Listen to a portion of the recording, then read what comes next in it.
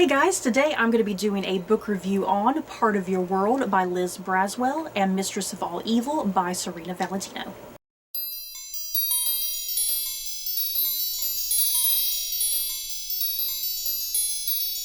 Part of Your World by Liz Braswell is book 5 in the Twisted Tales series.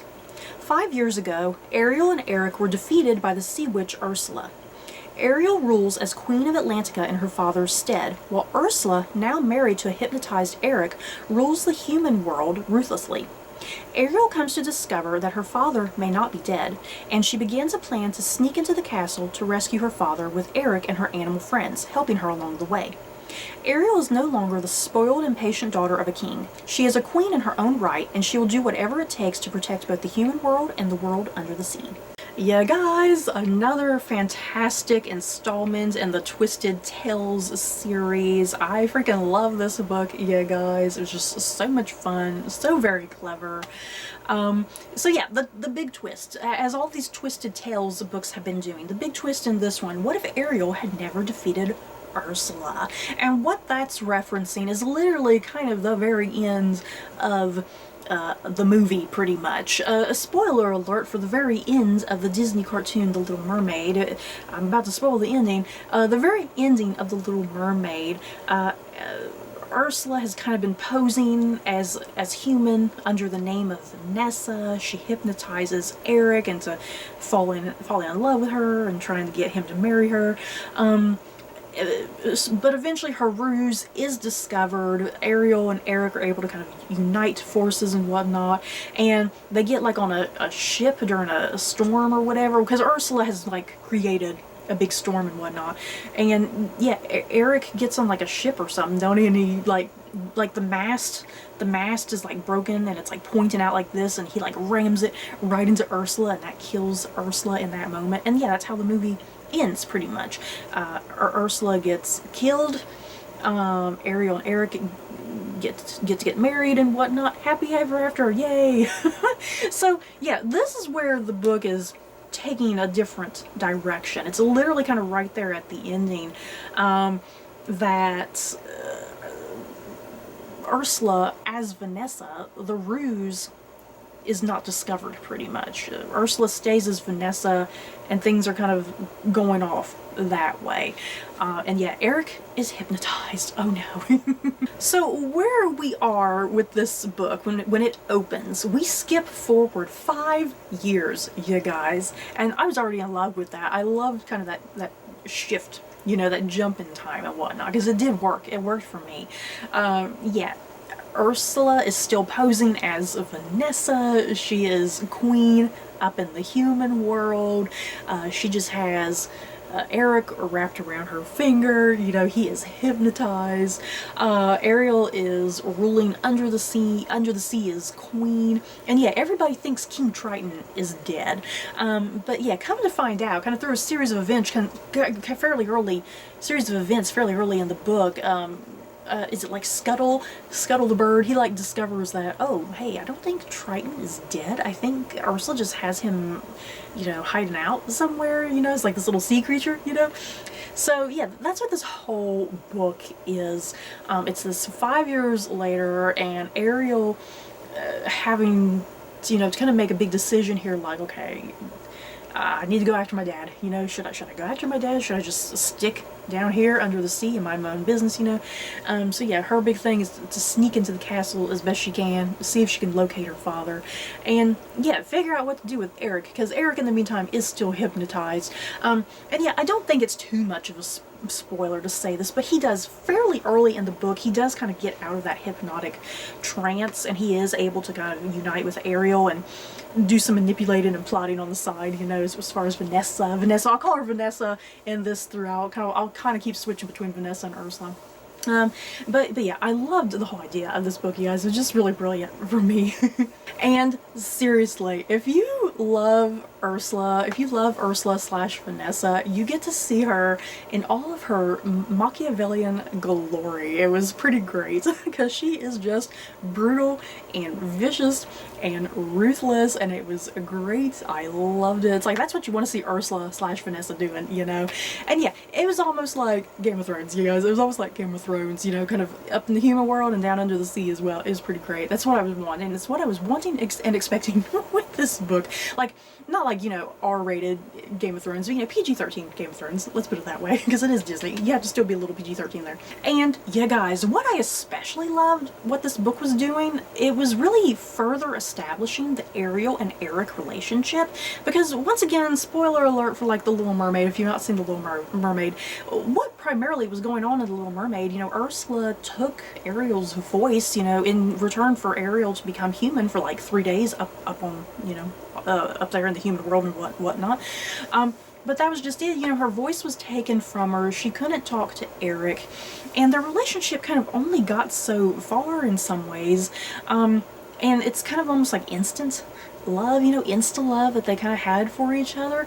And they didn't really even get to know each other in full until literally right there at the end of the movie. You know, it's like she gets her voice back and it's like, oh, hey, let's get married. You know, it's like, do you all even know anything about each other? Jesus. So that's what I primarily really loved about this book. It was definitely further establishing their relationship, and giving them moments where they can have genuine discussion, you know, and talk about things, and you know, because Eric is a prince and Ariel is a princess slash queen now of Atlantica, and they were able to kind of have that commonality, if you will, you know, being rulers of their own individual areas. And yeah, the common thing too of, you know, hey, we gotta get rid of Vanessa slash Ursula, you know, it benefits us both. So I liked that, you know, because our relationship, as it was explored in this book, it was more than just their relationship, you know, it was also exploring them as individuals, you know, and how they can relate to each other in that respect too, you know. So it wasn't all just romance, you know, they got to relate to each other in other ways outside of kind of the romantic aspect of it, and I really love that. And yeah, because of the 5-year jump in time and whatnot, their characters have kind of grown and shifted, because Ariel, you know, in the cartoon, she was very young and naive and impatient, you know, she was doing a lot of really foolish things, you know, making that foolish deal with Ursula that she shouldn't have been making to begin with. So yeah, she's really grown in that 5-year jump in this book, and she's a lot more mature and thoughtful. She understands the great heavy responsibility placed on her shoulders, you know, and because of that, she understands what her father had to face, you know, his own responsibilities and whatnot. So yeah, she's definitely a lot more mature in this and responsible. And then Eric for the most part is still pretty much the same, you know, there's not, because, you know, he was a little bit older to begin with anyway than Ariel, but yeah, he's pretty much still the same, but he definitely has a certain growth and maturity as well, you know, kind of realizing, hey, you know, I definitely need to take some more responsibility with my kingdom here, and I gotta push out Vanessa as best I can, you know, I gotta unite with Ariel. And you still get some of your classic characters in here besides Vanessa and Ariel and Eric. You still get Sebastian and Flounder and Scuttle, and you have Max the dog, you know, you still get a lot of those characters. Yeah, Flotsam and Jetsam was pretty cool. Yeah, you still get a lot of those characters, you know, the supporting cast and whatnot, which is great. And what I love that Liz Braswell explains, you know, because, you know, in the cartoon, Ariel can obviously communicate with Flounder and Sebastian and Scuttle. In the book, it's definitely kind of described that because Ariel is of the sea, she is a creature of the sea, technically, that's how she can communicate with Flounder and Sebastian and Scuttle. You know, they have a language there, a communication, you know, and of course Eric, being a human, he's like, what are y'all doing? You're talking to a fish. What are you saying, you know? So I love that that's kind of brilliantly explained in here, how Ariel can talk to other, you know, animals and whatnot. And I think also what this book did that was great, that I enjoyed in particular, the world of The Little Mermaid is just vastly expanded, you know, you just kind of see a small chunk of it, I feel like, in the cartoon. And this book, it's so much more than just Ariel's chunk of the sea and Eric's chunk of the kingdom. It really fleshes out like the greater kingdom outside of just Prince Eric's kingdom. There's like surrounding other kingdoms and rulers and whatnot, because Vanessa / Ursula, she's really trying to like take over the world practically, you know, and she's just manipulated left and right with all these other rulers all over the place. It was pretty great, you know. So I love that the world of The Little Mermaid is just, it was grown out, you know, really grown out, and it gives you just a greater scope of the world and whatnot, which was pretty great.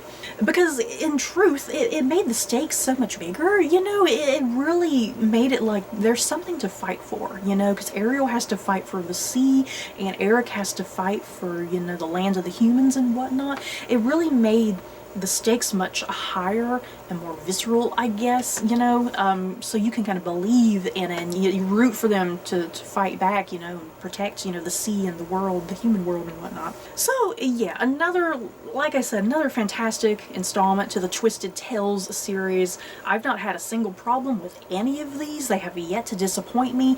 Really, the only problem with the Twisted Tales series really is just kind of the language at times.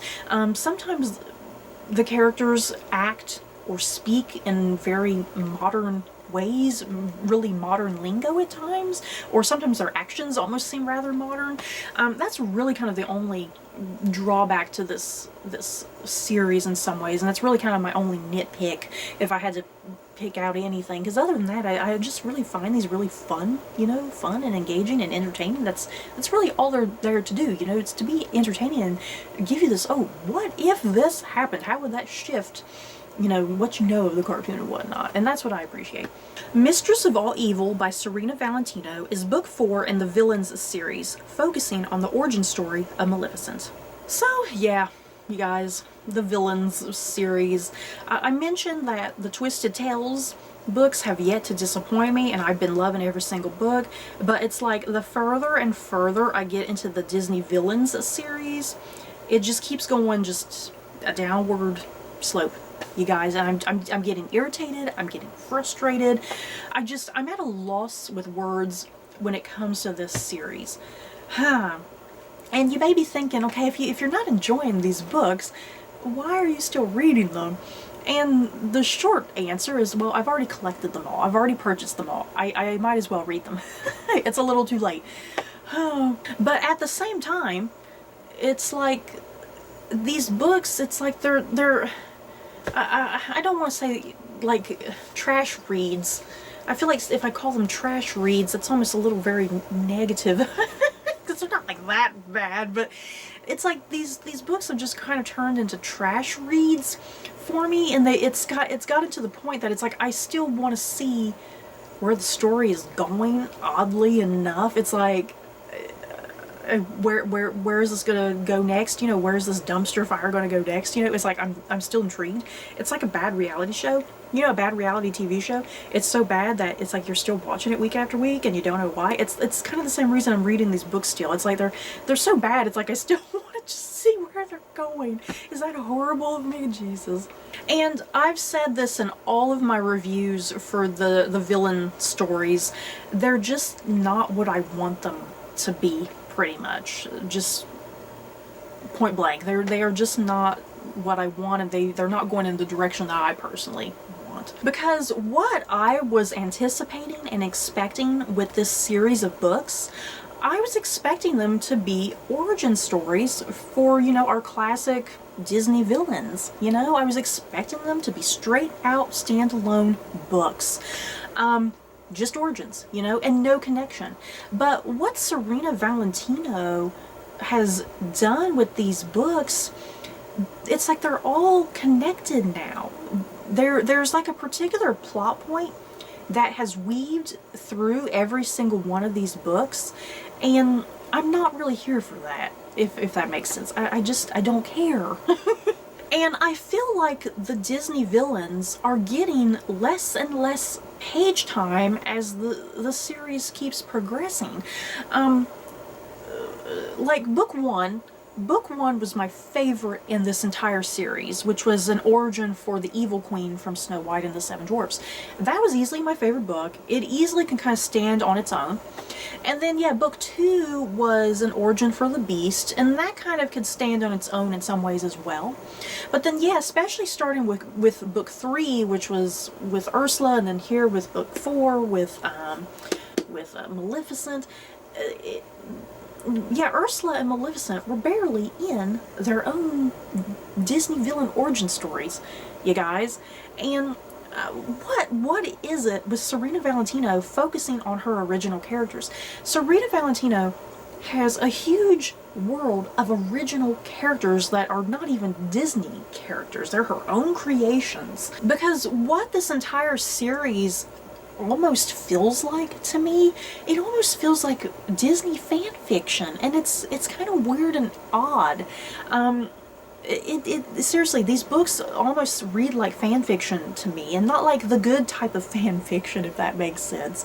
Like I said, Serena Valentino has created her own original characters that interact with these, you know, classic Disney characters, especially with the villains, and it just doesn't really work for me. And the thing is, it's like those characters are the primary characters. It's like these are supposed to be origin books, but your villains are barely even in there. Their origins are barely even touched to some degree, and it's just really bizarre. And I mean, that's pretty much all I'm going to do with the review for this book, because there's really even no point in even going much further into what this book was even about.